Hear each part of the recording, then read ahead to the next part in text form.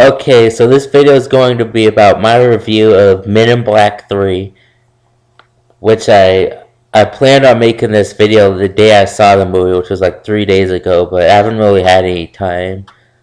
But Men in Black 3, I thought it was probably the best out of all three of Men in Blacks, which you don't see with the third one being better than the first one.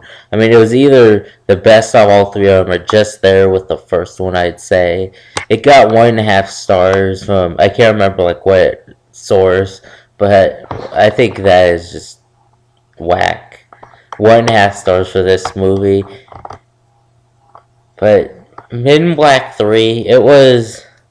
At first, I didn't think the plot would be very interesting, like going back in time, because even though it's not a prequel, I'm not a real big prequel fan, but the way they played it out and the production, very professional, and that's why I thought the movie was so good. But at first, I never saw either Men in Black 1 or 2 until last week when I read both of the first two Men in Blacks from the video store.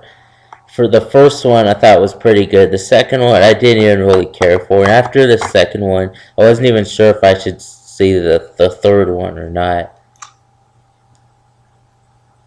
But it was the first Men in Black movie they've made in 10 years. Well, it was also Will Smith's first movie with him in it in 4 years since Hancock. But he has done some production since, like he helped produce his son's movie, The Karate Kid, and other movies. But well, there is a spoiler alert, as you can see from the title above. But if you plan on seeing the movie, now's your chance to turn it. But the movie starts off with the antagonist, Boris, who was a trapped prisoner on the moon for 40 years, his arm got shot off by Agent K, then he was held prisoner. But it opens with him escaping from prison with this one girl who assisted him. Then as he escapes, it then shows Agent K and J in New York. They're kind of fighting over something. That when they were in China at that Chinese restaurant with those aliens who were disguised as Chinese people, I thought that the fighting scene was pretty cool. But then it shows Boris, the antagonist of the movie, as he kills a few of those Chinese aliens, and he tells Agent K that he's gonna go back in time and kill him, so his race would still be alive. So then, as they continue to fight, and like from the phone, Agent K disappears because Boris went back in time and killed him. But Agent J, he was the only one who knew about it, because as times changed, he was in the laboratory, or the headquarters, I should say, for the Men in Black company. And he was the only person who knew who Agent K even was until this one lady working there showed him that he did get killed in 1969 by Boris.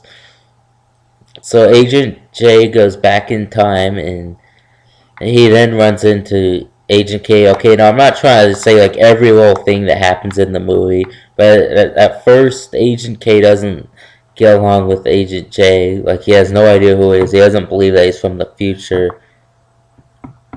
But then later on, towards the end of the movie, there's this colonel from the military who they run into as Agent K fights the Boris from the past, and Will Smith fights or Agent J, I should say, fights the modern day Boris. They both end up killing them, but right before Boris gets killed, he killed the colonel, who then turns out to be Agent J, or should I say Will Smith's dad.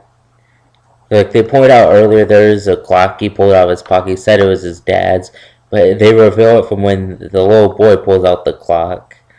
I thought the movie was very well done. The ending was a little emotional. I almost started getting a little teary. But overall, Men in Black 3, it's definitely worth seeing if you haven't seen it yet. it passed The Avengers as the #1 box office movie, which the first time since The Avengers came out. I'd say if you don't see it in 3D, you're not really missing out much, because I was expecting a lot more 3D effects. I mean, there kind of were at the beginning, but after that, not really. Men in Black 3. It's probably going to be in theaters for another 3 weeks, so if you want to see it, now's your chance, and that's it.